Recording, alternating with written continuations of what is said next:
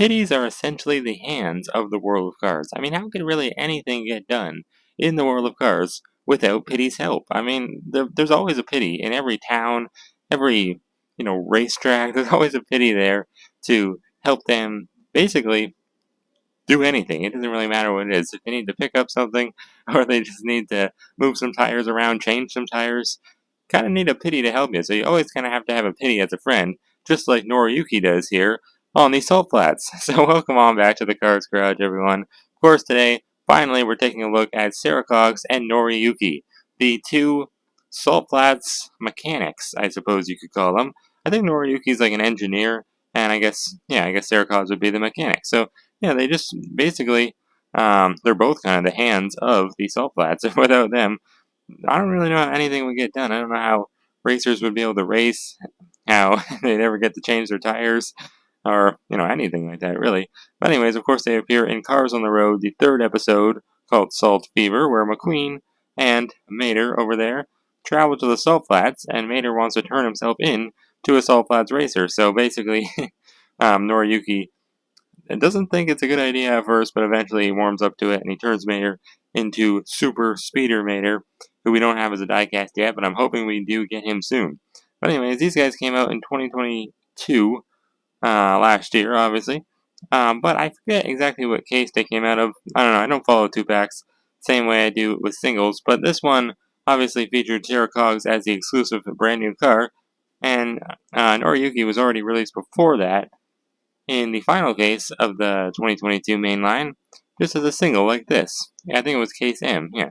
But Sarah Coggs, both of these guys actually, were also available in the Salt Fever 11 pack. So, you can kind of get them in a few different ways.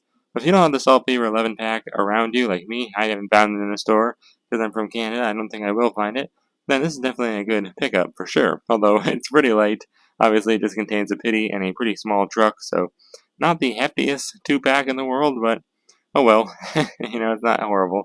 Very cool Cars on the Road package design. I never actually reviewed a Cars on the Road 2-pack before, so yeah, it's a first for everything. I don't really expect to for a while, because the only other one out at this time is Road Trip Mater and Road Trip Lady McQueen, which I don't think we need to review. I did pick it up, though. You may have seen me pick up both these guys when I did my big old mega haul of 2-packs, probably about a month or two ago. I found so many. I was so excited, but now I'm finding them everywhere. So I'm not sure. I still haven't picked up a second one of this one. But now that I'm opening it, I probably will. Oh yeah, there's just 2-pack too with Mater and Caperler Durev. But I mean, how exciting is that? We already have them, of course. Well, on the back, as seen in Cars on the Road, and then it just shows their stock images and everything. Looks pretty nice. Nice stock images. They're not metallic like most Thailand ones are. Yeah, obviously, you can kind of tell from the stock images and the diecast here, they had the salty tires, so who knows if that'll hurt them in any way, because I don't really like the salty tires.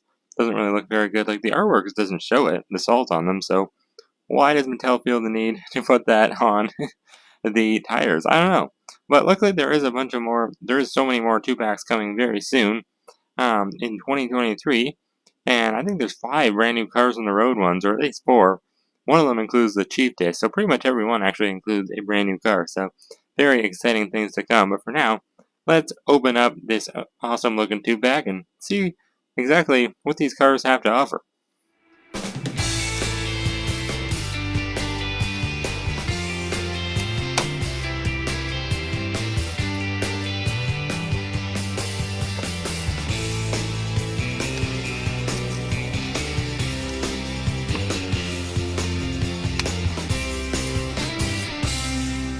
Alright, here we have our two Salt Flats mechanics all opened up. I love how they both kind of share the same kind of color scheme with the tealish kind of color. It's not perfect, but they're definitely a little different. Sarah's more of a green, Noriyuki's more of a tealish blue. But I think that they are supposed to be the same, so maybe it's just a mistake on Mattel. I don't know. But anyways, these guys obviously, like I said, appear in the third episode of Cars on the Road. Here's a picture where they appeared at, a few pictures probably, because they're pretty main characters. They actually have quite a bit of screen time. Obviously, they don't want to, well, Sarah Coggs doesn't talk, but we get the gist that they both don't want Mater to join their, racing team, I guess they have at the Salt Flats. They don't think he's capable of racing on the Salt Flats and, really being good at it, but he is. Obviously, he breaks the sound barrier, and then once he basically dies and meets the speed demon, and then they want him to join their racing team. But of course, Mater refuses because he doesn't want to have another near-death experience. I guess a death experience because he did technically die. But that was a pretty weird episode, kind of a morbid episode that I didn't expect that to be like the storyline of it. I thought it was going to be a very simple episode about racing. I thought McQueen would join the racing, but no, it was really all about Mater and his mortality, which was kind of a little unexpected, I would say. But anyways, we're going to start off with Sarah Coggs, nice little goggled pitty. That is what we used to call her back in the day, about a year ago now, before we knew her name. Actually, I thought she was a male before I knew, because in the one like magnet book that we got, like a promotional image of, we saw Sarah Coggs in it, and we didn't know her name, and she was like dark green. So I don't know, she just looked like a male to me, but no, she is definitely a female, obviously, hence her name, Sarah Coggs. I think she's actually based off someone in Pixar named Sarah Boggs, I read somewhere. I don't know. But pretty much every car is named off someone at Pixar. Nice little pitty, though. She actually does have a brand new model, similar to some other racing pitties that we've gotten in the past, but not quite the exact same. Obviously, her main attraction is the goggles there. Very cool little plastic piece. It's weird because her windshield, if you actually look, technically it's all just painted teal. It looks like the actual eyeballs and I guess the windshield, the white part, that is all like actually intertwined into the goggles. That's kind of weird. Gives it a cool look though. It makes it look like she's really wearing them. She looks very fun and energetic, so it's weird that she doesn't talk in the show. Kind of like Red, I guess. No reason for it. She just doesn't talk. Because I guess she doesn't want to. I don't know. Nice green, like minty type green color. I mean, the wheels actually look good being white. I think it mixes well with the green. It just looks very unrealistic and very not very accurate in the least bit. So that's why I don't really like those salty tires. But she didn't really have any decals to talk about or anything. Nice black fork, or like dark gray, I guess. Cool, because usually we just have like a silverish gray color on the forks, but this one's very dark. Not rusty at all. A little bit rubbery though. Got a plastic piece on the head there for the hat. Nice lime green color. Kind of similar to Noriyuki's, like translucent type yellow, whatever you call that, visor, I guess. Very grainy windows though. Not a big fan. Looks like an old TV screen if you really look at it. That part there on the goggles actually seems to be broken though. I don't think it is. I think it's supposed to be like that. I don't know. Looks like it's broken though at first glance. Look at that. They actually put the tongue and the teeth in her mouth. That's pretty cool. Good job, Mattel. I'm surprised. They don't usually do that. And actually, look at that. Wow. She actually has a metal base. What? I'm surprised. Wow. Good job, Mattel. I'm very shocked about that. Not very many cars have a metal base. Royce Rivley has one. Millie, I think, was the first car ever to have one last year, or 2 years ago in 2021. That's pretty surprising. They've been doing that a lot lately, putting metal bases on pitties. Got the R36A date stamp. Wow, that's surprising. Very cool. Looks like a plastic piece in the back. So there's a few pieces of plastic, like this bumper here, and the hat. Obviously the goggles, the forks.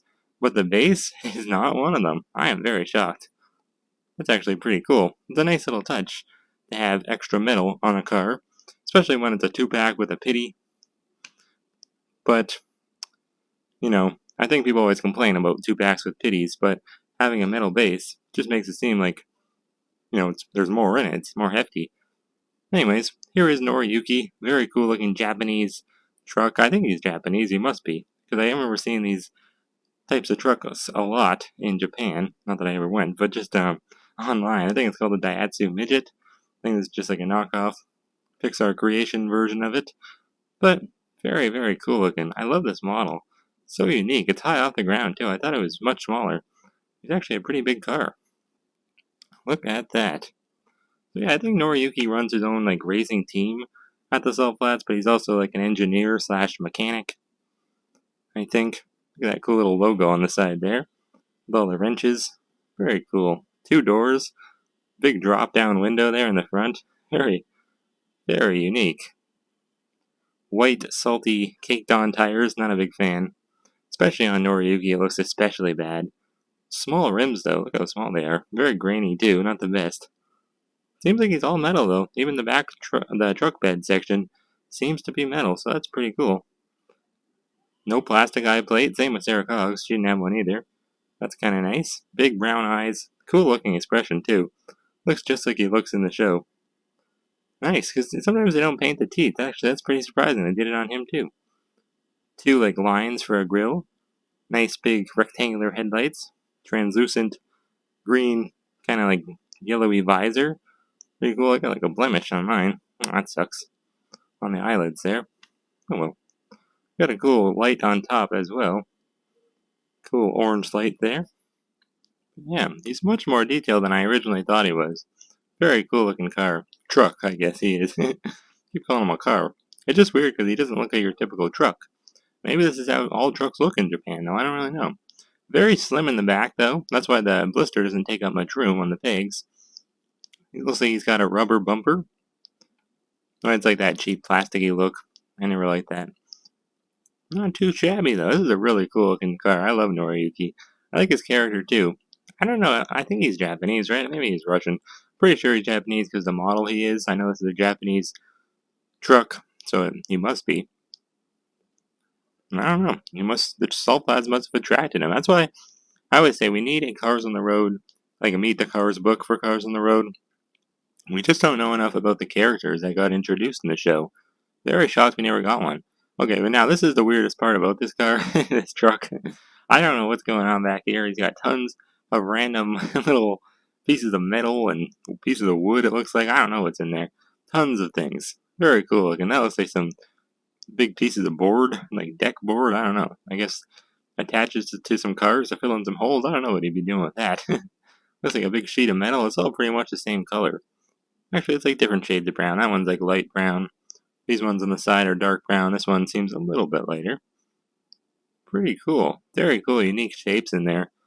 I'm actually surprised they even decided to put all that in there. Could have easily left it blank, but I think that is how he appears in the show. It gives him some, like, I don't know, it gives him some more character. It looks like he's not, like, symmetrical on each side. He's very much kind of a wonky looking car. Like, he's just got the light on the one side, doesn't have one on the other. Like, it's pretty cool. I just love wonky looking cars like this. They always look so cool. The wonkier the better. Now the base on him is just plastic. Look at that, we actually have a screw, a triangular shaped screw. It's kind of different. I don't usually see screws. Small little rivets though, they don't extend very far. Very cool. I'm surprised the back section of his truck, his whole truck bed area, I'm surprised that's actually metal as well. I know it's a 2-pack with a pity. They're always not very great. But this one is the best 2-pack with a pity I've ever seen. I gotta say, it looks very cool. These guys, they're meant to be together, I think, in this 2-pack. Maybe they're a couple, I don't know. I feel like probably not. They're just probably racing partners. Or, not really racing partners. They don't do any racing, but I guess mechanical partners, I guess you could call them. I don't know. Pretty cool. Nice 2-pack for sure. I'll definitely be picking up another one to keep in the package. They look so cool with all the other Salt Flats racers. Got Royce Resley back here.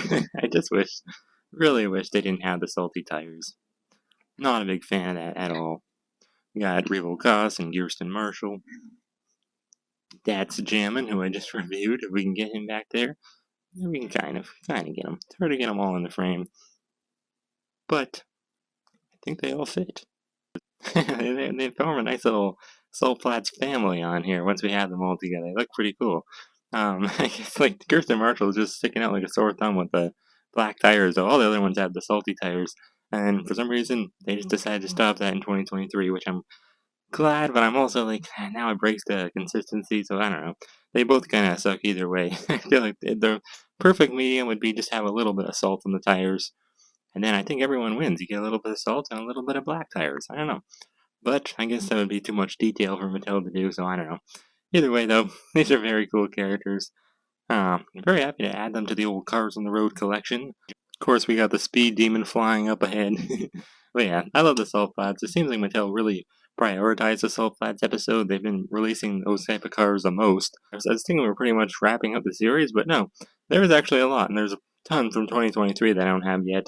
Then Peggy Liner from 2022, so definitely a fun series to collect. I just wish the wheels were a bit more consistent. But oh well, that's Mattel for you. I suppose I could always get some extras and paint the wheels black, but Probably won't do that, so I don't know.